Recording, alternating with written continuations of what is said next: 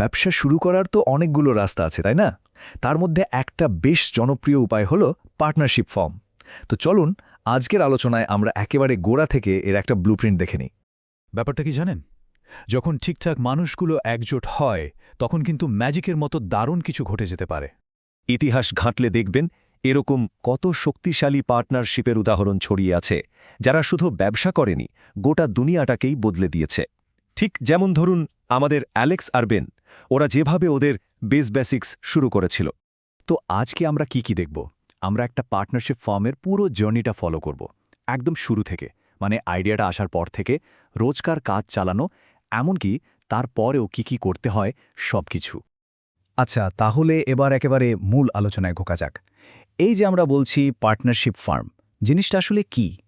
খুব সহজ করে বললে এটা এমন একটা বিজনেস স্ট্রাকচার যেখানে দুই বা তার বেশি লোক একসাথে মিলে একটা ব্যবসার মালিক হয় আর ঠিক করে যে লাভ লোকসান যা হবে সব ভাগ করে নেবে। মানে বড় কোম্পানির মতো অত জটিলতার মধ্যে না গিয়ে একসাথে ব্যবসা শুরু করার এটা একটা খুবই সহজ আর সোজা উপায়। আর মজার ব্যাপার হলো, পার্টনার যে শুধু ব্যক্তি হতে হবে এমন কোনো কথা নেই। একটা কোম্পানি, একটা 1% কোম্পানি, এমনকি একটা এলএলপিও কিন্তু আরেকজনের সাথে মিলে একটা পার্টনারশিপ ফার্ম খুলতে পারে। আচ্ছা, এতক্ষণ তো আমরা বেসিকটা বুঝলাম। এবার চলুন সবচেয়ে গুরুত্বপূর্ণ অংশটায়, মানে মূল চুক্তিটা কিভাবে তৈরি করতে হবে সেটা দেখি। পার্টনারশিপে ভবিষ্যতে যাতে কোনো রকম ঝগড়া ঝামেলা না হয় আর সবকিছু জলের মতো পরিষ্কার থাকে, তার জন্য একটা ডকুমেন্ট কিন্তু সবথেকে জরুরি। বলুন তো সেটা কি হতে পারে? হ্যাঁ, ওটা হলো পার্টনারশিপ ডিড। এটাই হলো সেই আইনি কাগজ যেটা আপনাদের পুরো ব্যবসায়িক সম্পর্কের ভিতটা তৈরি করে দেয়। এই ডিডের মধ্যে কিন্তু কয়েকটা জিনিস একেবারে পরিষ্কার করে বলা থাকতেই হবে, যেমন লাভ লোকসান, কিভাবে ভাগাভাগি হবে, কার কি কাজ কি দায়িত্ব।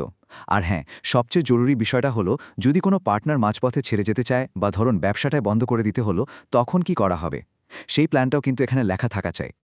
এখন দেখুন, ফার্ম রেজিস্টার করা কিন্তু বাধ্যতামূলক নয়, কিন্তু রেজিস্টার করালে বেশ কিছু আইনি সুবিধা পাওয়া যায়। বিশেষ করে ধরুন যদি কোনো আইনি ঝামেলা হয় বা ফার্মের নামে কোনো জমি জায়গা কিনতে চান, তখন রেজিস্ট্রেশনটা কিন্তু দারুণ কাজে দেয়। বেশ, তাহলে পার্টনারশিপ ডিড তো হয়ে গেল। এবার ফার্মটাকে অফিশিয়ালি চালু করার পালা, তাই না? চলুন দেখে নিই এর পরের স্টেপগুলো কি। সবার আগে দুটো কাজ একদম সেরে ফেলতে হবে। নাম্বার 1, ফার্মের নামে একটা প্যান কার্ডের জন্য অ্যাপ্লাই করা। আর নাম্বার 2, ওই প্যান কার্ড আর পার্টনারশিপ ডিডটা নিয়ে ব্যাংকে গিয়ে ফার্মের নামে একটা কারেন্ট অ্যাকাউন্ট খুলে ফেলা। এতে কি হয়, ব্যবসার সমস্ত টাকা পয়সার হিসেবটা আলাদা থাকে আর পুরো ব্যাপারটা অনেক প্রফেশনাল দেখায়। আচ্ছা, কাগজপত্রের কাজ তো হলো, এবার চলুন সবচেয়ে ইন্টারেস্টিং পার্টে, মানে টাকা পয়সার হিসেবে। ফার্মে টাকা আসবে কিভাবে, পার্টনাররা স্যালারি পাবে কিভাবে, আর ট্যাক্সেরই বা কী হবে? দেখুন, পার্টনাররা যে শুধু ক্যাশ টাকা নেই ব্যবসায় নামবে তা নয়। কেউ হয়তো তার ক্যামেরাটা দিল, কেউ ল্যাপটপটা, এগুলোও কিন্তু মূলধন হিসেবে ধরা যায়। আর সবথেকে বড় কথা, কে কত টাকা দিল সেটার ওপর কিন্তু লাভের ভাগ নির্ভর করে না। পার্টনাররা নিজেরা যেমনটা ঠিক করবে, লাভ ঠিক সেভাবেই ভাগ হবে। এখানে কিন্তু ট্যাক্স বাঁচানোর একটা দারুণ সুযোগ আছে। ফার্ম যা লাভ করে সেখান থেকে পার্টনারদের বেতনটা বাদ দিতে পারে। নিয়মটা হলো, প্রথম ৩ লাখ টাকা প্রফিটের ওপর ৯০%, আর তার বেশি প্রফিট হলে ৬০% পর্যন্ত স্যালারি হিসাবে দেখানো যায়। এর ফলে ফার্মের ট্যাক্স কিন্তু অনেকটাই কমে আসে।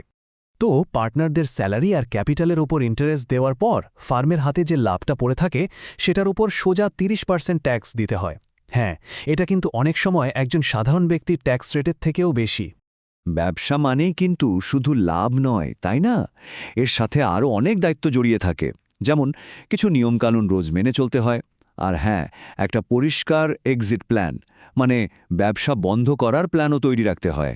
যেমন ধরুন, ফার্মের হিসেবের খাতা সবসময় আলাদা রাখতে হবে, সময় মতো অ্যাডভান্স ট্যাক্স ফাইল করতে হবে, আর যখনই কর্মী নিয়োগ করা হবে তখন লেবার ল অনুযায়ী পিএফ, ইএসআই এর মতো জিনিসগুলো কিন্তু মাথায় রাখতে হবে।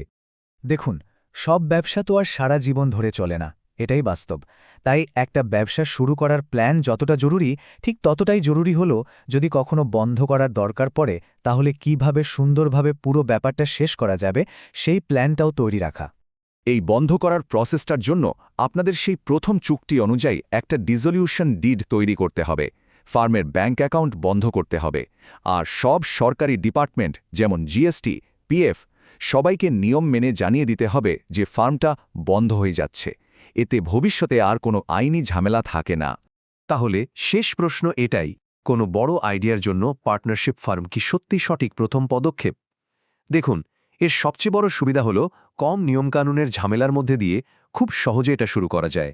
একটা নতুন আইডিয়াকে টেস্ট করার জন্য এটা কিন্তু দারুণ। হ্যাঁ, এটা ঠিক যে পার্টনারশিপ ফার্মের মাধ্যমে ভেঞ্চার ক্যাপিটাল বা বড় ফান্ডিং তোলা যায় না, কিন্তু এটা একটা মজবুত আর ফ্লেক্সিবল প্ল্যাটফর্ম তৈরি করে দেয়, যেটার উপর ভিত্তি করে ভবিষ্যতে আরও বড় কিছু করা যেতে পারে।